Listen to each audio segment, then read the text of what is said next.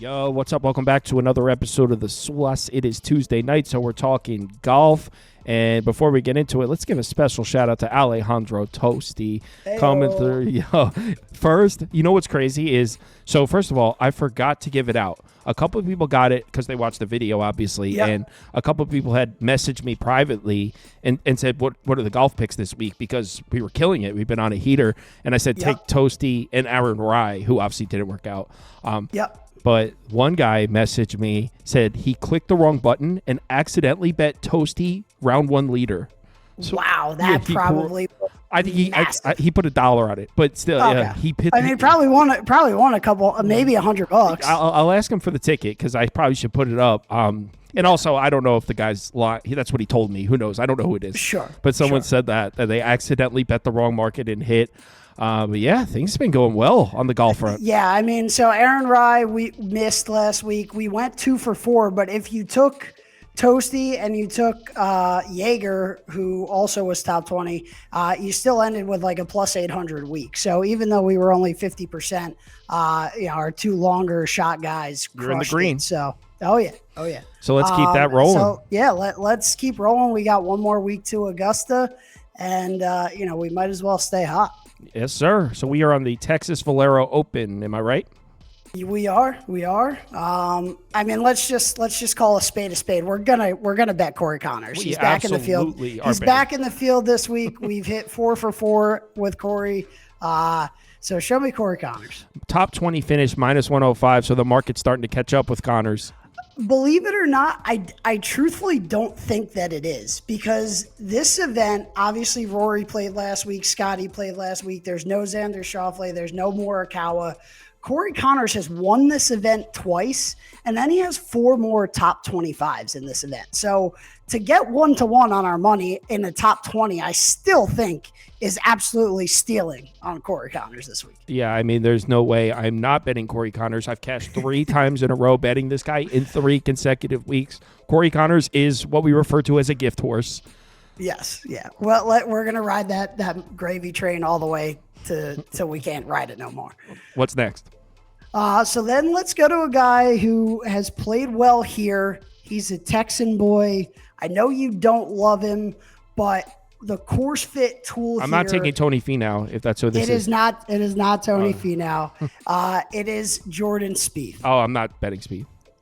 I don't bet Jordan Spieth. So Jordan Spieth, his numbers here, he's got a win, he's got a solo second, and then he has 4 top 10s. He's a Texas boy. It's a weaker field. And the really, really cool thing about this place is you do not have to drive it straight whatsoever. It's all about chipping and putting, which is Jordan's game. So I think you get him at like plus 120 or plus 125 is what plus 130. On Bet365, there's a plus 130 for a top 20 finish. Yeah, so I do like Spieth in this spot. Like I said, it's a little weaker field. He has some tremendous success here. I think he's going to put a decent amount of pressure on himself, to play well because he is a Texas boy.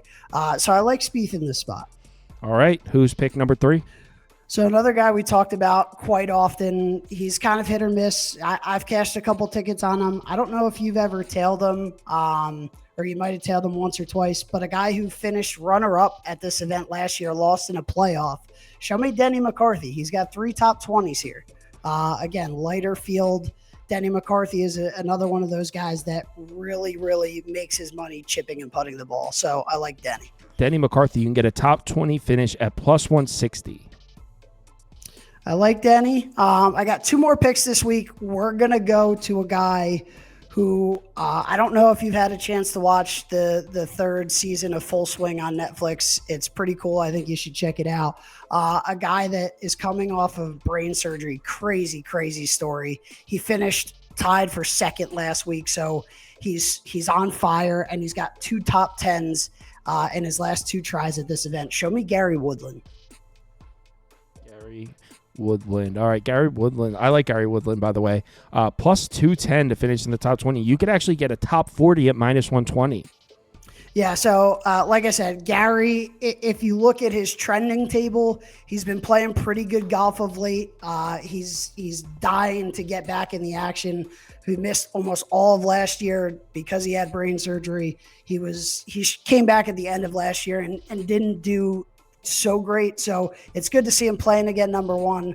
But before the market catches back up on Gary, I think I'm going to take a shot here. Like I said, a little smaller field, been playing some good golf, has some good history here. So I think it's a good spot to take a shot on Gary Woodland this week. So Gary Woodland, how long has he been back from this brain surgery? He played in the British Open last year. So that okay, so it's not brand new. No. He's got at least 10 to 15 events under his belt. Okay, so I'm just curious to see if he's how he's scored.